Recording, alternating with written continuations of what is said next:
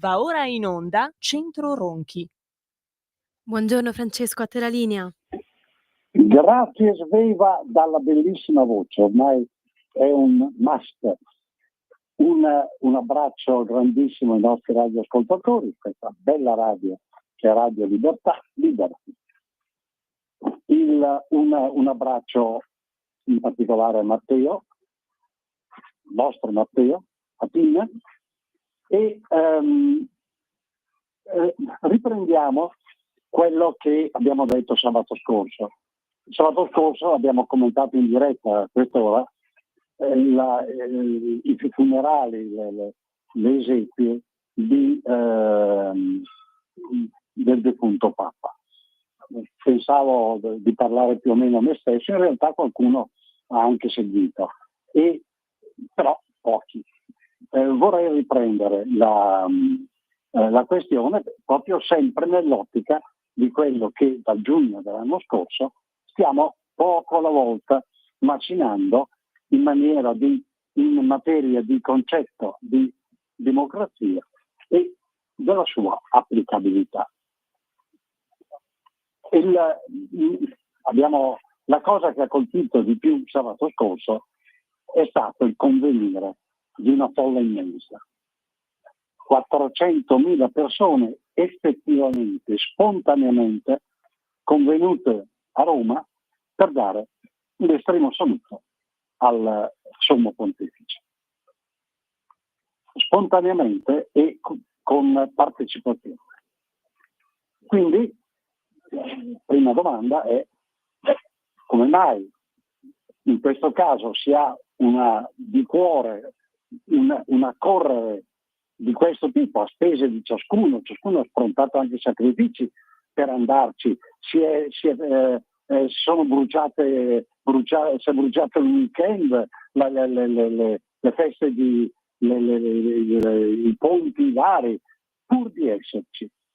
E questo non avviene nelle manifestazioni in cui al centro c'è la politica. I partiti restringono sempre più le piazze per far apparire che ci sia sempre più che ci sia tanta gente in piazza. In realtà quando sparano le loro cifre tipiche, quelle dei sindacati e della sinistra, sono sempre 100.000, non si capisce bene come mai, almeno cambiare un po' il numero. Il 100.000 bisogna partire per avere una visione appena reale da una decimazione, cioè dividere per 10. 100.000 uguale 10.000, forse 11.000, forse 9.000. Come mai questa differenza di partecipazione? E dall'altro lato, come mai tutta questa gente è convenuta per salutare quello che in definitiva è forse l'ultimo monarca assoluto rimasto sulla superficie della terra. Il monarca assoluto e che tale si è manifestato durante il suo pontificato, perché Papa Francesco è stato veramente un papa re sotto il profilo della gestione interna. Ora, il popolo che ha come supremo ideale la democrazia come viene coniugata oggi, si manifesta il suo entusiasmo e la sua partecipazione, il suo cordoglio in questo caso per il monarca assoluto. Abbiamo detto che da un lato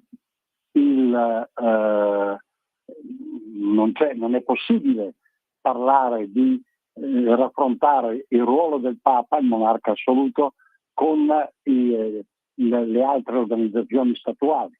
Non è possibile perché il Papa è il capo di una religione, di una setta, in questo caso del cristianesimo, che per la verità non è neanche una religione, ma insomma, diciamo di una religione. Il suo ruolo di monarca assoluto è accessorio rispetto a quello che è la funzione principale, che è quella del successore di Pietro, del vicario di Cristo in terra.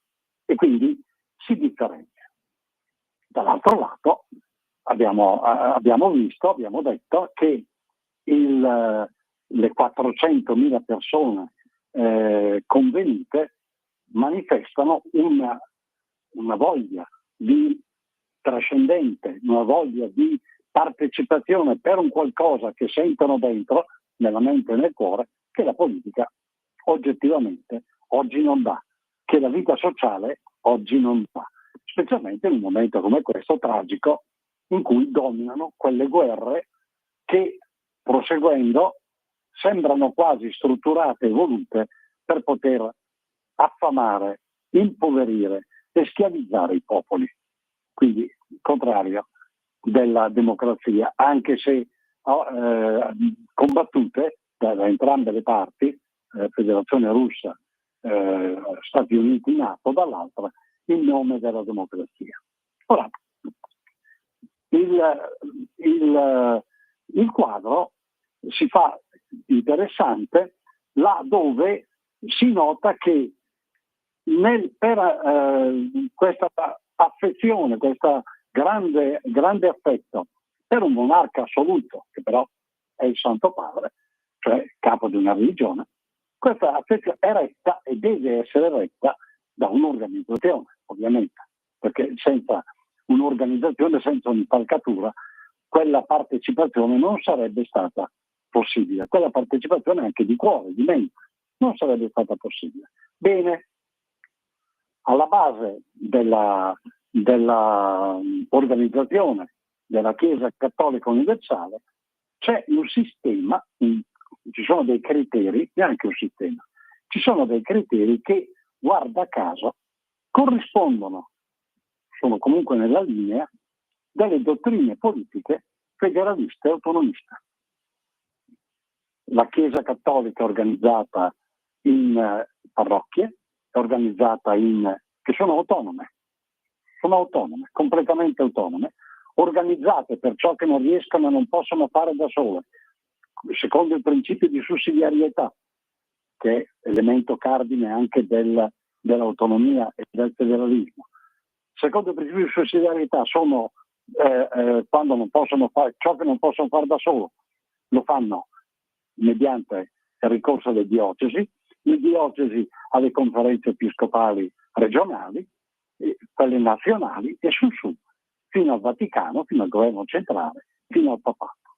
Ora, l'organizzazione, così come si esplicita, è di quel tipo: autonomista, federalista, principio di sussidiarietà. E da 2000 anni, quindi è stata inventata in realtà dalla Chiesa Cattolica, da 2000 anni regge il mondo cattolico. Popoli dei posti residenti, insediati nei più remoti angoli della terra, con costumi, abitudini, culture fra loro apparentemente incompatibili, che in realtà sentono e riescono a unirsi, a sentire una fortissima vicinanza con quello che è il capo supremo, in questo caso il pontefice, il successore di Pietro, il vicario di Cristo.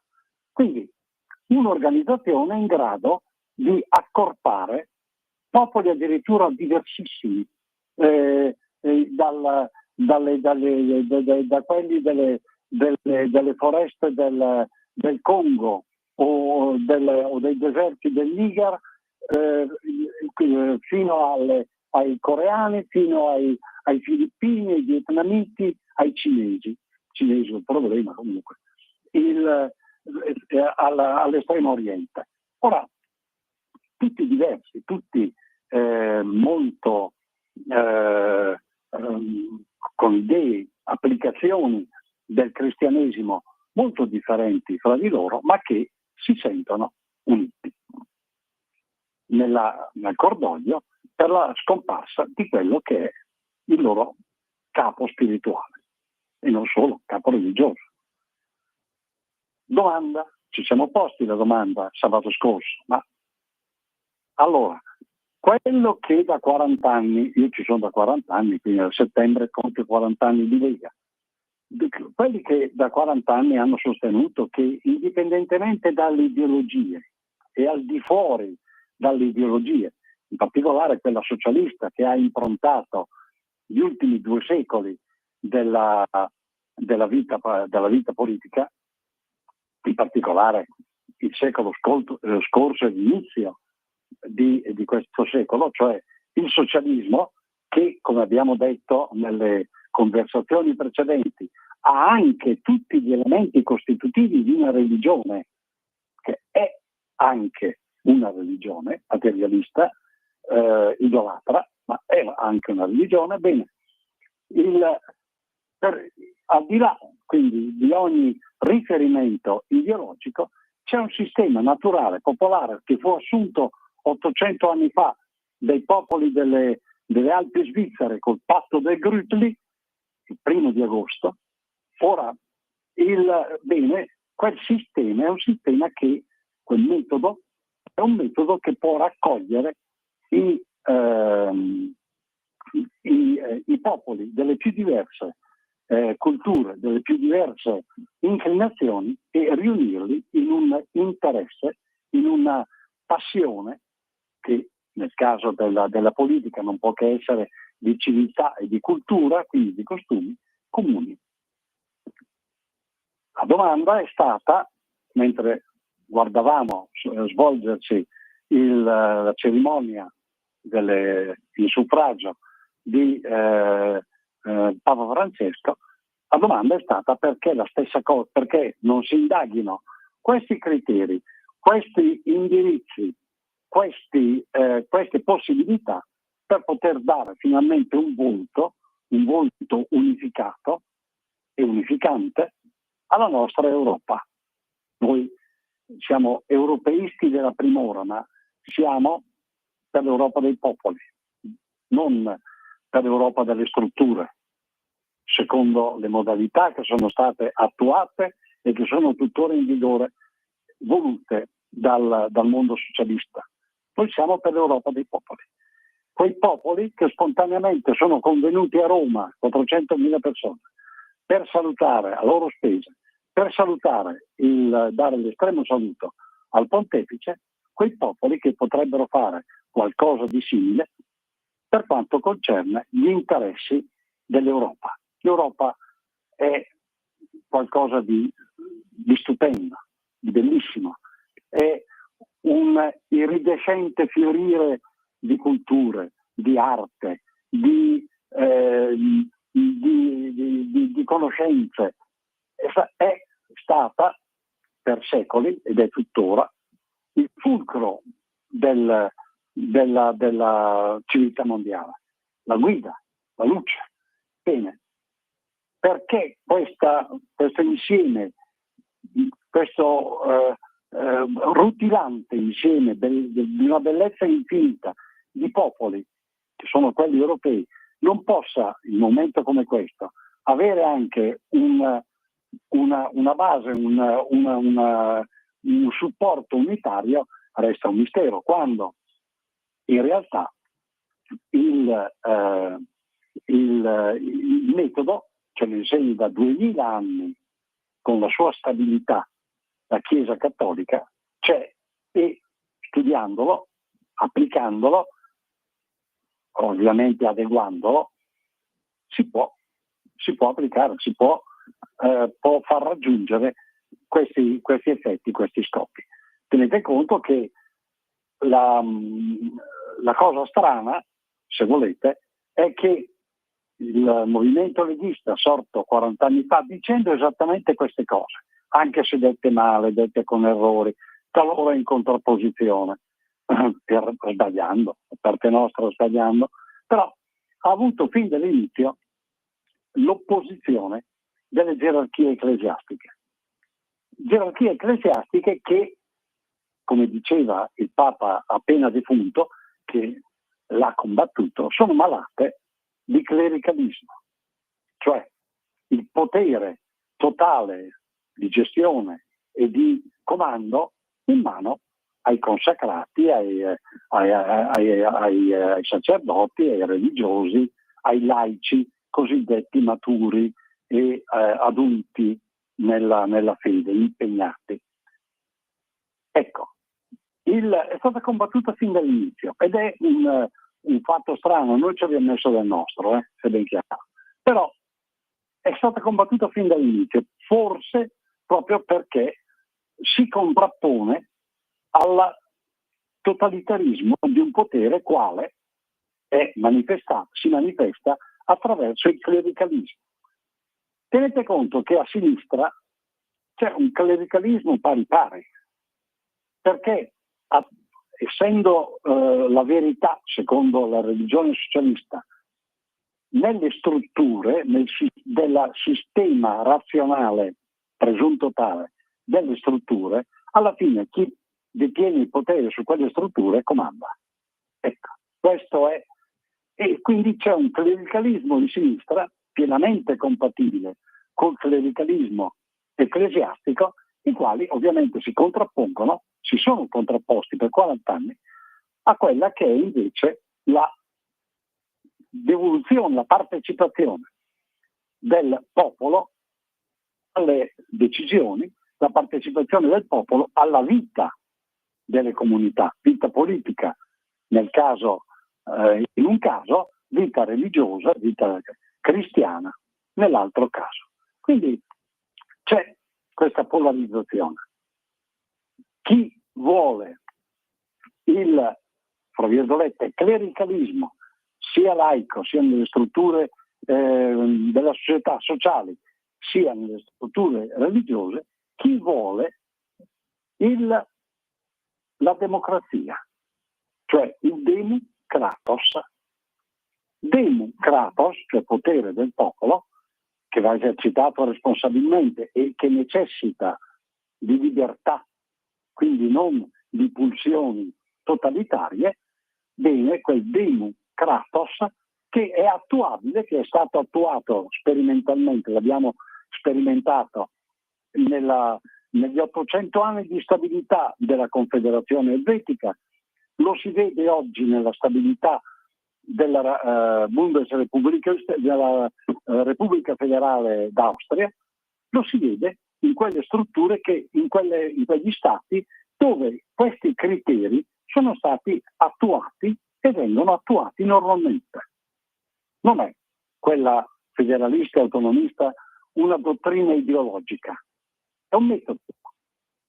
È un metodo per fare in modo che responsabilmente il potere del popolo possa essere effettivamente esercitato.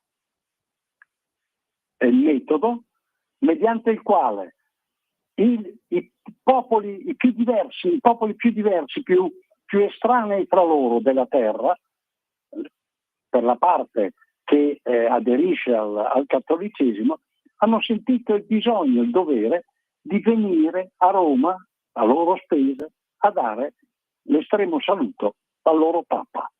Ecco, è questa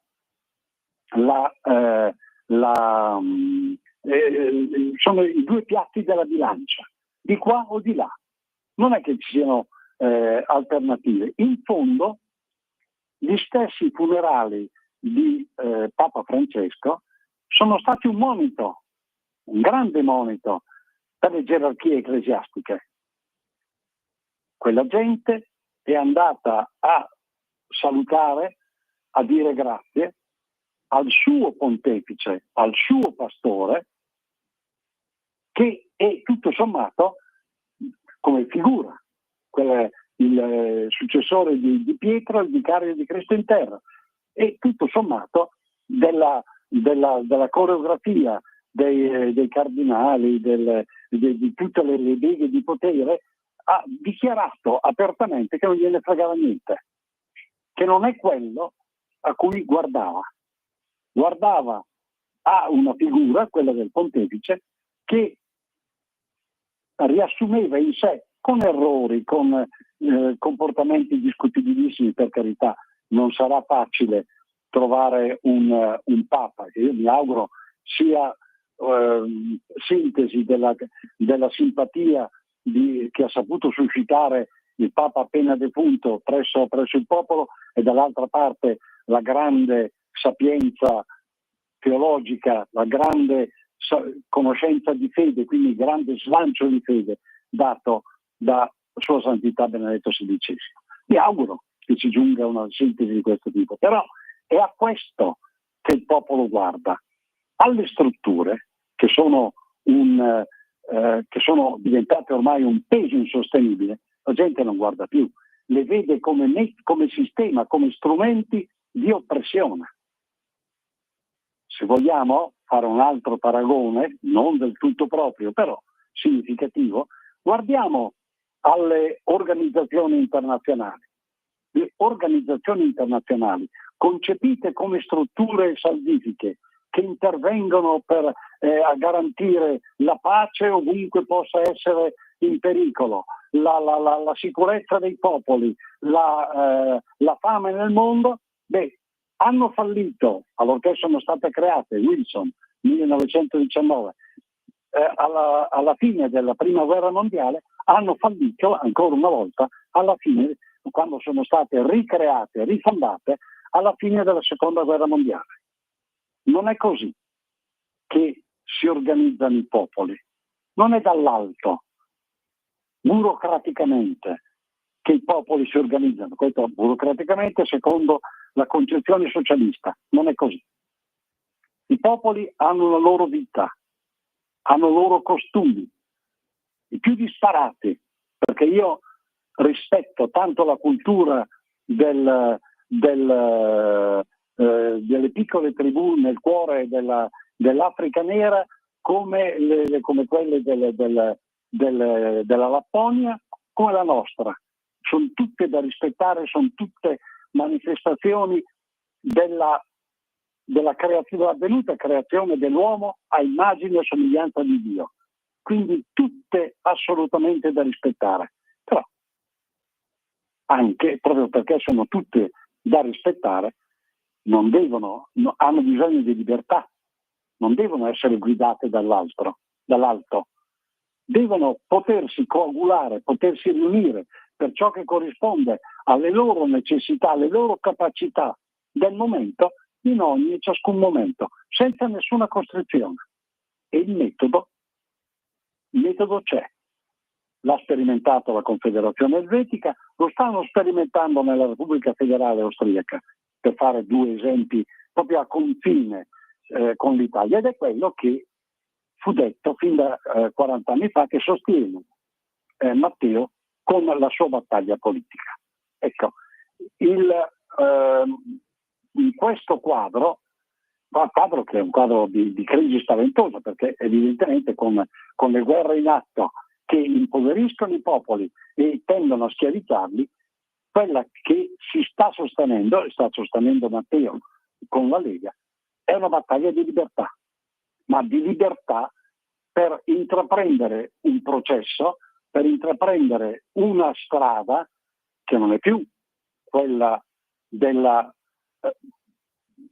monarchia assoluta adattata ai nostri tempi, quale era l'Unione Sovietica, quale ancora si presenta come oligarchie in tanti stati cosiddetti democratici. In Italia abbiamo in realtà una partitocrazia, non abbiamo una democrazia, se ben chiara. Ora, ecco, in una battaglia, in un seguito, in una sequela di quel tipo, noi dobbiamo avviarci. È una battaglia epocale in cui Matteo chiede di essere sostenuto e una battaglia per la quale noi, io personalmente, ma sono tanti, lo sosterremo in continuazione, anche perché la gente deve capire che siamo un momento crinale della storia, o di qua o di là.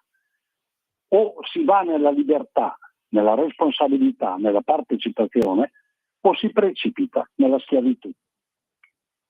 Ho finito. Le strutture sovranazionali attuali, quelle digitali, del web, sono lì a dimostrare che un totalitarismo, il più spaventoso che si sia mai visto nella storia dell'umanità, è lì che aspetta dietro la porta.